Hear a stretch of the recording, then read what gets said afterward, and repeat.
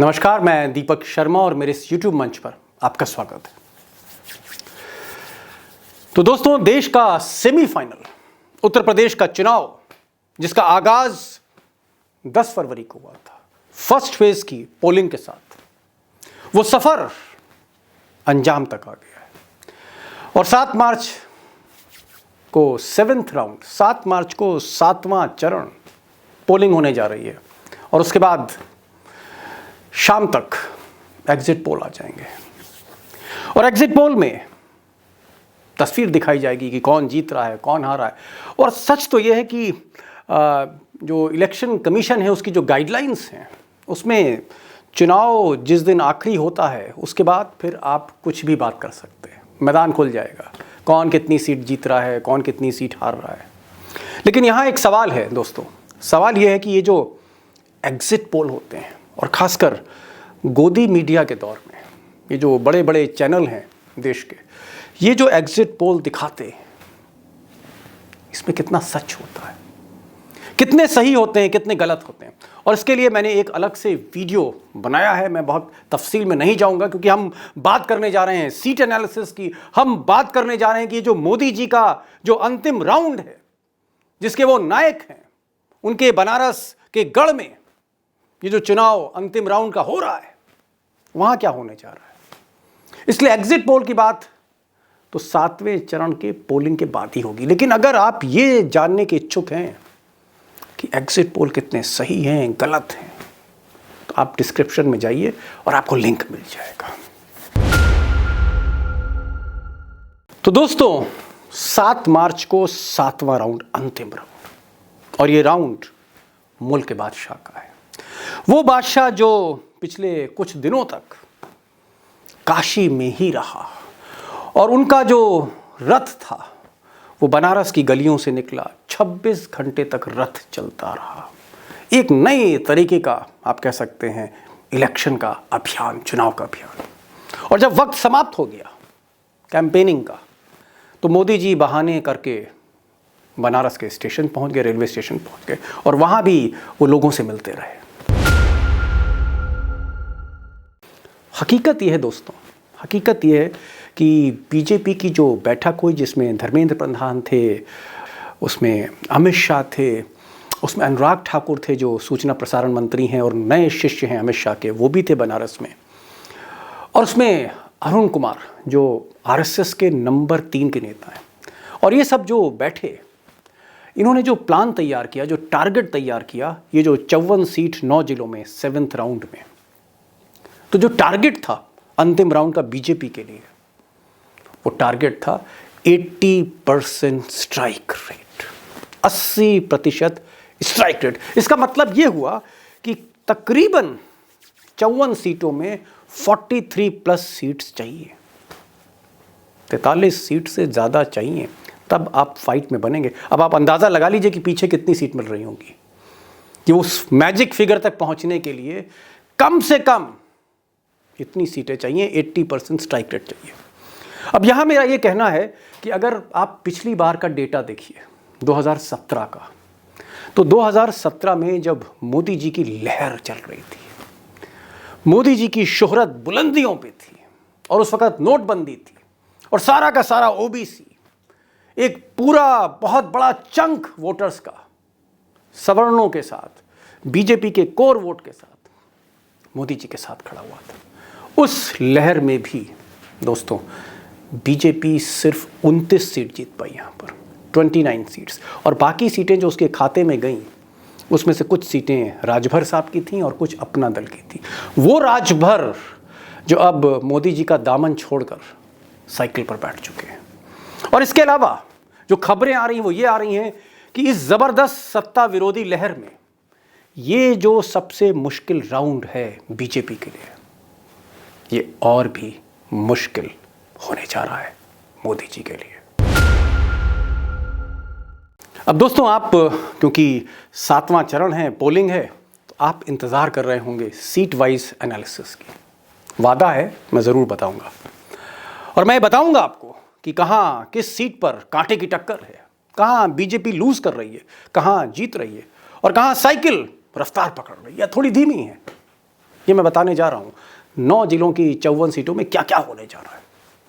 लेकिन मैं चाहता हूँ कि इससे पहले मुझे बस 1 मिनट दीजिए कि मैं आपको ये बता सकूँ कि ये जो लास्ट राउंड है, ये जो बनारस की बेल्ट है जो आजमगढ़ तक जाती है, मिर्ज़ापुर से लेकर आजमगढ़ तक, और इधर आप कह सकते हैं जौनपुर, और उधर आप कह सकते हैं गाज़ीपुर, ये जो बेल्ट है जहाँ 9 ज़िले हैं, इसकी तासीर क्या है, इसके सेलिएंट फीचर्स क्या है। और इसका सेलिएंट फीचर ये है कि ये जो बेल्ट है, 54 सीट जहाँ पर हैं, ये सामाजिक समीकरण के लिए जानी जाती है, ये जातीय समीकरण के लिए जानी जाती है। और अगर आप देखें तो यहाँ पर मुस्लिम यादव एक मैजिकल कॉम्बिनेशन है, जादुई एक आंकड़ा है मुस्लिम यादव का। साथ में राजभर है, निषाद हैं, कुर्मी हैं, और इस तरह की जो जातियां हैं, इन जातियों ने ये जो बेल्ट है, ये सपा और बसपा के लिए आप कह सकते हैं सबसे मुफीद है उनके लिए, जीत के लिए। और सपा बसपा जीतती रही हैं, लेकिन इस बार बसपा, मैं कहूँगा बहन जी, उस फॉर्म में नहीं है, ये हमें स्वीकार करना होगा। और माफ़ी के साथ जो हमारे दोस्त हैं, भाई हैं, जो बसपा के समर्थक हैं, माफ़ी चाहूँगा मैं, लेकिन मायावती उस फॉर्म में नहीं है जहाँ वो 2007 में खड़ी थी, यहाँ वो 2002 में खड़ी थी, जहाँ वो 90s में खड़ी थी। वो हाथी, वो बसपा, वो मायावती, वो झलक, वो परफॉर्मेंस अब नहीं है। और इसका जो फायदा है, इसका जो लाभ है, वो लाभ अखिलेश यादव ले रहे हैं। यानी हम इसे कहेंगे एडवांटेज अखिलेश।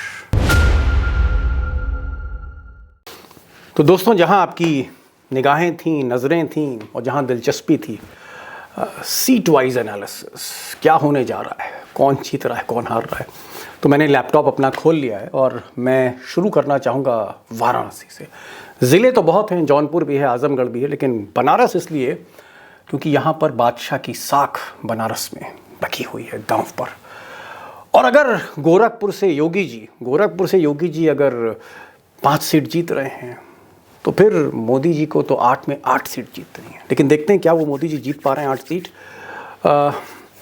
शहर दक्षिणी बड़ी इंपॉर्टेंट सीट है, यहाँ से डॉक्टर नीलकंठ तिवारी बीजेपी से हैं और किशन दीक्षित महंत परिवार से समाजवादी पार्टी से हैं। नीलकंठ तिवारी के बारे में मैं एक चीज़ ये कहना चाहूँगा कि वो मंत्री हैं, मोदी जी के खास हैं, और काशी कॉरिडोर के पीछे वही थे। लेकिन बहुत सी शिकायतें काशी कॉरिडोर को लेकर, जो लोगों के घर तोड़े गए, छोटे छोटे मंदिर तोड़े गए, वहाँ पंडित बहुत नाराज़ है। और मैं आपको बहुत सी प्रतिक्रियाएं सुना सकता था, लेकिन समय ज़ाया होगा। लब्बो लुआब ये है कि नीलकंठ तिवारी वैसे भी काशी के नहीं हैं, और उनके खिलाफ जो नाराज़गी है, उस नाराज़गी से कहीं न कहीं मोदी जी भी उससे परिचित हैं, और इसीलिए उन्होंने शहर दक्षिण में रथ भी अपना निकाला, डोर टू डोर कैंपेन भी किया। लेकिन ये सीट फंसी हुई है, याद रखिएगा, ये सीट फंसी हुई है। अब चलते हैं शहर उत्तरी की तरफ, जहाँ रवींद्र जायसवाल वो भी मंत्री हैं, और फाइट है उनकी अशफाक अहमद साहब से। और यहाँ आप कह सकते हैं थोड़ा सा रवींद्र जायसवाल का जो पीआर है, जनसंपर्क है, अच्छा है। और वैसे भी बनारस में जो कायस्थ वोट हैं, जो पंडित वोट हैं, जो क्षत्रिय वोट हैं, इस तरह का एक कॉम्बिनेशन है कि ये गढ़ है। अगर लखनऊ गढ़ है उत्तर प्रदेश में, कानपुर गढ़ है भाजपा का, तो बनारस भी बहुत पुराना गढ़ है। तो अच्छी फाइट दे रहे हैं यहाँ पर जायसवाल बीजेपी के। पिंडरा चलते हैं, और पिंडरा में अजय राय, जहाँ प्रियंका गांधी गई थी, बड़ी ज़बरदस्त रैली अजय राय ने करी। 4 बार के विधायक रह चुके हैं कांग्रेस और राजेश जो कुमार सिंह जो समाजवादी पार्टी की तरफ से उनके आप कह सकते हैं अलायंस पार्टनर हैं, वो लड़ रहे हैं, और डॉक्टर अवधेश सिंह बीजेपी से हैं। ट्रायंगुलर फाइट यहाँ पर होने जा रही है। शिवपुर एक और सीट, अनिल राजभर मंत्री, कैबिनेट मिनिस्टर राजभर से बिलोंग करते हैं कम्युनिटी से, और उनकी फाइट है अरविंद राजभर, ओम प्रकाश राजभर के बेटे। और यहाँ पर मुझे याद आता है कि जब नामांकन हो रहा था तो बड़ी ज़बरदस्त हाथापाई की नौबत आई थी, घेरा गया था ओम प्रकाश राजभर को, और इसलिए पहले दिन से कांटे की टक्कर है। लेकिन जो कॉम्बिनेशन है, यहाँ मौर्य भी हैं सीट पर, इस सीट पर राजभर की भी तादाद है, संख्या है, और मौर्य वोट जो है खासकर वो बीजेपी का वो रवि मौर्य काट रहे हैं बीजेपी की तरफ से या कांग्रेस की तरफ से। अब दोस्तों, बनारस के बगल जौनपुर का जिक्र कर लेते हैं, और जौनपुर में एक सीट पर मैं जाना चाहूँगा। मल्हनी सीट है, जहाँ से ये जो चेहरा आप देख रहे हैं धनंजय सिंह का, माफिया सरगना धनंजय सिंह, योगी जी के शिष्य यहाँ से लड़ रहे हैं, लेकिन भाजपा से नहीं लड़ रहे, वो लड़ रहे हैं जनता दल यूनाइटेड से। और अमित शाह ने जौनपुर में जाके चैलेंज किया था कि अगर हमारी सरकार आती है तो धनंजय जैसे माफिया भी जेल में जाएंगे। तो ये कहीं ना कहीं अदावत है कि अमित शाह, ऐसा लोग कहते हैं, जानबूझकर वो जौनपुर गए और उन्होंने योगी के शिष्य को चैलेंज किया, जिसको उन्होंने बीजेपी से टिकट नहीं दिया था, जिसने जनता दल यूनाइटेड से टिकट लिया। मुझे लगता है कि जौनपुर में पिछली बार भी बीजेपी ने बहुत अच्छा परफॉर्मेंस नहीं दिया। कास्ट कॉम्बिनेशन, मुस्लिम, यादव, बाकी जातियाँ, सिर्फ 9 में से 4 सीट पिछली बार जौनपुर से बीजेपी को मिली थी। इस बार हम कह सकते हैं कि पड़ला वाकई भारी है, और जिस तरह से मल्हनी में लकी यादव एक अच्छी परफॉर्मेंस दे रहे हैं, पारस नाथ यादव के बेटे थे। और एक इस सीट पर मैं और बताना चाहता हूँ मल्हनी पे कि मुलायम सिंह यादव सिर्फ 2 ही जगह गए पूरे यूपी में, करहल गए या फिर मल्हनी आए वो। तो ये बड़ी इंपॉर्टेंट सीट है, और इसमें मैं कहूँगा कि अपर एज, एक एज जो है वो समाजवादी पार्टी को है। अब दोस्तों, मऊ की तरफ चलता हूँ मैं। मधुबन, घोसी, मोहम्मदाबाद और मऊ सदर, 4 सीट यहाँ पर हैं, और जो फाइट है वो दारा सिंह चौहान, जी हाँ, वो दारा सिंह चौहान जो योगी सरकार में मिनिस्टर थे, ओबीसी के बड़े फेस थे, और जो स्वामी प्रसाद मौर्य के साथ अखिलेश यादव की साइकिल पर आकर बैठे, और हड़कंप वहीं से मचा था कि सारे ओबीसी नेता भाजपा से पलायन कर रहे थे। उसके पीछे दारा सिंह चौहान भी थे। दारा सिंह चौहान ने अपनी सीट इस बार बदलवाई है, घोसी से लड़ रहे हैं, और विजय राज पर भाजपा गठबंधन की तरफ से उनको चैलेंज दे रहे हैं। लेकिन मैं जिस सीट पर रुकना चाहता हूँ वो है मऊ सदर। जी हाँ, अगर आप जान लेंगे कि इस सीट पर मुस्लिम और यादव का कॉम्बिनेशन क्या है, तो मुझे लगता है कि 1 लाख 1.5 लाख से ज़्यादा मुस्लिम हैं और तकरीबन 70,000 से ज़्यादा यादव हैं। यहाँ पर कोई हरा ही नहीं सकता समाजवादी पार्टी को यहाँ। और यहाँ पर जो नुमाइंदगी कर रहे हैं वो कर रहे हैं अब्बास अंसारी, मुख्तार अंसारी के बेटे। तो मुख्तार अंसारी माफिया सरगना, पूरा कैंपेन जो है अमित शाह का और योगी का, बुलडोज़र मुख्यमंत्री का, वो मुख्तार अंसारी पर रहा, जबकि ब्रिजेश सिंह और धनंजय सिंह इस तरह के माफियाओं पर नहीं रहा। ये भी एक कहीं ना कहीं फीलिंग है लोगों में कि ये जो योगी की जो कार्रवाई थी माफिया पे, वो एक तरह से उसमें पक्षपात हुआ है, सेलेक्टिव थी। कुछ लोगों को चुन चुन कर उनको सलाखों के पीछे डाला गया, और कुछ लोगों को चुन चुन कर छोड़ा गया, शील्ड किया गया। तो अब्बास अंसारी लड़ रहे हैं, और मैंने कहा कि कॉम्बिनेशन ऐसा है, जातीय समीकरण ऐसा है कि मैं इस सीट पर बहुत ज़्यादा बात नहीं करना चाहता। वैसे भी 25 साल से मुख्तार जीत रहे थे। अशोक कुमार सिंह इस सीट पर टफ विकेट पर है। चलते हैं गाज़ीपुर। गाज़ीपुर में 7 सीटें हैं, और पिछली बार बीजेपी बहुत अच्छा परफॉर्म नहीं किया था, लहर में भी। ज़हूराबाद में मैं रुकना चाहूँगा। ज़हूराबाद की जो सीट है वहाँ पर काली चरण राजभर बीजेपी के हैं, और इनकी फ़ाइट है ओम प्रकाश राजभर से। तो वो ओम प्रकाश राजभर जो सबसे पहले बीजेपी छोड़कर अखिलेश के साथ आए, उन्होंने हाथ मिलाया, और वहीं से ओबीसी के नेताओं का आप कह सकते हैं आगमन, अराइवल शुरू हुआ समाजवादी पार्टी के मुख्यालय में। तो ओम प्रकाश राजभर बड़े चेहरे हैं ये ओबीसी के, ये वहाँ से लड़ रहे हैं, और जाहिर तौर पे पड़ला इनका भारी है। एक मोहम्मदाबाद सीट है, वहाँ पर अलका राय हैं, कृष्णारन राय की विधवा, वो मनु अंसारी भी जो है वो आप कह सकते हैं कि मुख्तार अंसारी के परिवार से हैं। ये सीट पर 27 साल अंसारी परिवार का कब्जा रहा है। अब दोस्तों, आजमगढ़ जो है, आजमगढ़ अगेन मैं फिर से कहूँगा कि जातीय समीकरण इस तरह का है कि वो आप कहते हैं कि एक तरह से समाजवादी पार्टी को एज है। पिछली बार मोदी लहर में 10 में से सिर्फ 1 सीट बीजेपी जीती थी, और इस बार लगता है कि वो 1 सीट भी नहीं जीत पाएगी। लेकिन एक सीट मुबारकपुर है, मैं उसका जिक्र करना चाहूँगा, जहाँ से अरविंद जायसवाल हैं बीजेपी से, और अखिलेश यादव, जी हाँ, कंफ्यूज मत होइएगा, ये वो अखिलेश यादव नहीं मुख्यमंत्री जो बनने जा रहे हैं, ये भी अखिलेश यादव हैं, समाजवादी पार्टी के हैं, 2 बार 3 बार चुनाव लड़ चुके हैं, तीसरी बार लड़ रहे हैं। अखिलेश यादव इस बार अच्छा परफॉर्म कर रहे हैं। लेकिन एक और यहाँ पर मैं बताऊँगा, ओवैसी साहब की MIM पार्टी से यहाँ पर गुड्डू जमाली, शाह आलम, बहुत बड़े बिल्डर, आप कह सकते हैं कि उत्तर प्रदेश के रिचेस्ट कैंडिडेट आप कह सकते हैं इनको। और ये बसपा में थे, बसपा से छोड़कर समाजवादी पार्टी में आना चाहते थे। ढेर सारा पैसा था और लोगों को लगा कि शायद थैली खोलेंगे तो कहीं ना कहीं अखिलेश झुकेंगे। अखिलेश हैं, झुके नहीं चाहे जितना पैसा हो। और इन्होंने गुड्डू, जमाली, शाह आलम, इतने बड़े बिल्डर को मना किया और अखिलेश यादव ने अखिलेश यादव को कहा कि आप फिर से लड़िए जाके। तो आप कह सकते हैं अखिलेश यादव 2, अखिलेश यादव द्वितीय यहाँ से लड़ रहे हैं और अच्छा उनका आप कह सकते हैं एक माहौल बना हुआ है और हो सकता है कि इस बार 10 में 10 सीट वो जीत जाएं। एक सीट और चंदौली, माफियाओं की बात हो रही थी मुख्तार अंसारी की। तो एक तरफ तो मुख्तार अंसारी के बेटे को भी माफिया कहा जा रहा है, उनके रिश्तेदारों को भी माफिया कहा जा रहा है, लेकिन ब्रिजेश सिंह जो सबसे बड़े माफिया हैं, जो मैंने बताया था MLC हैं, उनके भतीजे, जी हाँ, उनके भतीजे सुशील सिंह सैयद राजा कंस्टिट्यूंसी से लड़ रहे हैं और मनोज कुमार सिंह से उनकी फ़ाइट है। और इस बार थोड़ा सा फाइट टफ है सुशील सिंह की। सोनभद्र, और ये सीट रॉबर्ट्सगंज की है। मैंने इसलिए जिक्र किया क्योंकि भूपेश चौबे साहब यहाँ से बीजेपी से चुनाव लड़ रहे हैं। अविनाश कुशवाहा से उनकी फ़ाइट है समाजवादी पार्टी और बीजेपी में। भूपेश चौबे का जिक्र मैंने इसलिए किया क्योंकि ये वही शख्स हैं जो उठक बैठक लगा रहे थे मंच के ऊपर, माफ़ी मांग रहे थे। आप वीडियो देखिए इनका। और भूपेश चौबे का ये जो माफ़ीनामा है मंच से, बहुत कुछ कहता है दोस्तों, बीजेपी के सरकार के बारे में, बीजेपी के परफॉर्मेंस के बारे में, बीजेपी के खिलाफ जो सत्ता विरोधी लहर है, एंटी इनकम्बेंसी, उसके बारे में ये जो उठक बैठक हो रही है बहुत कुछ कहती है। अब दोस्तों 54 सीटें हैं और हर सीट का एनालिसिस बड़ा मुश्किल है, समय बहुत लग जाएगा।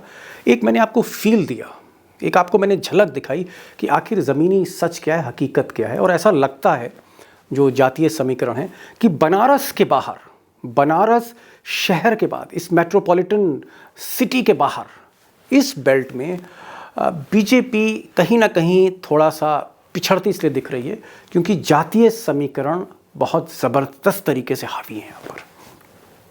और मोदी जी का वैसे भी जो फोकस है, वो फोकस है कि वो 8 सीटें उनके हाथ में आएँ वाराणसी की, जहाँ के वो सांसद हैं। और आउटस्कर्ट्स जैसे चंदौली है, या जैसे आप कह सकते हैं भदोई है, या उधर मिर्ज़ापुर और सोनभद्र है, यहाँ पर उनको सीटें मिलें। और अगर गाजीपुर में परफॉर्मेंस अच्छी हो जाती है या फिर मऊ में अच्छी हो जाती है तो ये मोदी जी के लिए एक बोनस होगा। लेकिन चैलेंज ये है कि वो जो 80% की जो स्ट्राइक रेट है, 10 में से 8, हर 10 में से 8 सीट जीतना, मुझे वो थोड़ा सा मुश्किल चुनौती लगता है।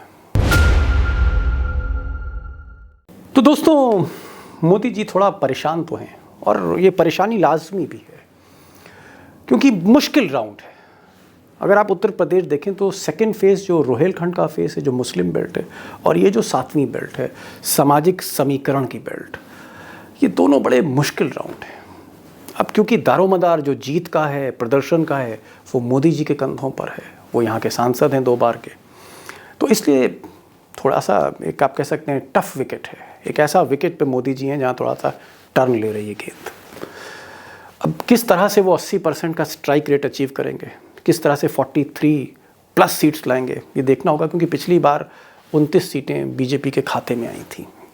बहरहाल मुश्किल तो मुश्किल है अपनी जगह पर, लेकिन वक्त भी अब जितनी तेज़ी से निकल रहा है कि एग्ज़िट पोल आने वाले हैं, और एग्ज़िट पोल आए नहीं कि 48 घंटे के बाद नतीजे आ रहे हैं। तो मैं बहुत ज़्यादा इस पर बात नहीं करूँगा कि 225 किसको मिल रहे हैं, 240 किसको मिल रहे हैं, कौन 170 पे आ रहा है, क्योंकि चंद घंटे अब बचे हैं और वो सारी चीज़ें आपके सामने आने वाली हैं। एक चीज़ मैं कहना चाहूँगा, मैं कुछ तस्वीरें, कुछ वीडियो आपको दिखाना चाहता हूँ, और ये वीडियो वो हैं जो ज़मीनी सच को बयां करते हैं। ये वीडियो उन छात्रों के हैं जिन पर पुलिस ने बड़ी बर्बरता करी, लाठियाँ चलाई, बूटों से रौंदा हमारे देश के भविष्य को, छात्रों को। और ये जो बर्बरता थी ये योगी सरकार के नाक के नीचे इलाहाबाद, प्रयागराज में हुई। और ये बच्चे जिनको लाठियों से रौंदा गया, बूटों से रौंदा गया, ये बच्चे संडे है और वोटिंग करना जानते हैं, और ये सारे बच्चे इसी बेल्ट से पढ़ने के लिए इलाहाबाद आते हैं, कोचिंग सेंटर्स में, गेस्ट हाउस में, हॉस्टल में, वहाँ रुकते हैं। और आज इन बच्चों की पूरे प्रयागराज के स्टेशन में भीड़ ही भीड़ थी, सब ट्रेन पकड़ रहे थे, नारेबाजी भी हो रही थी, और ये बच्चे अपने गांव जा रहे हैं। और ये बहुत कुछ कल के चुनाव में तय करेंगे, अपने माता पिता से बोलेंगे, अपने रिश्तेदारों से बोलेंगे, जो प्रयागराज से पैगाम लेके जाएंगे। ये तस्वीरें आप देखिए।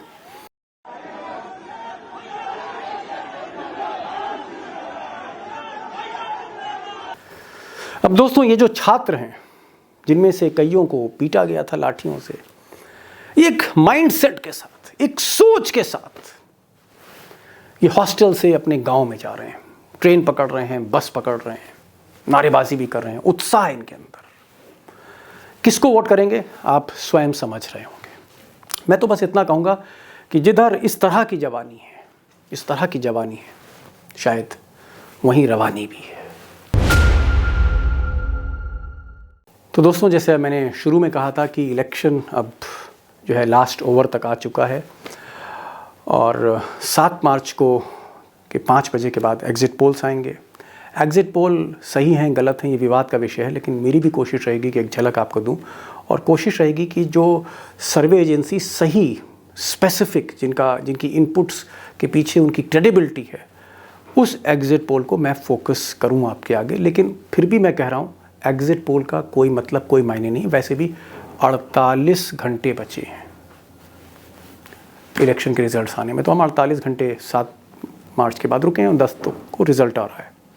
एक चीज़ और बीच में मैं आपको बताऊंगा कि अगर समाजवादी पार्टी 220 जाती है तब क्या होगा, समाजवादी पार्टी 190 होती है तब क्या होगा, बीजेपी और समाजवादी पार्टी में क्लोज फाइट होती है तब क्या होगा, बीजेपी जीतती है तब क्या होगा। ये जो एक सिचुएशंस बनेंगी, और उस सिचुएशंस के आधार पर हिंदुस्तान की राजनीति पर उसका असर होगा, प्रभाव होगा, उसका विश्लेषण भी मैं करूँगा, और वही सबसे अहम है।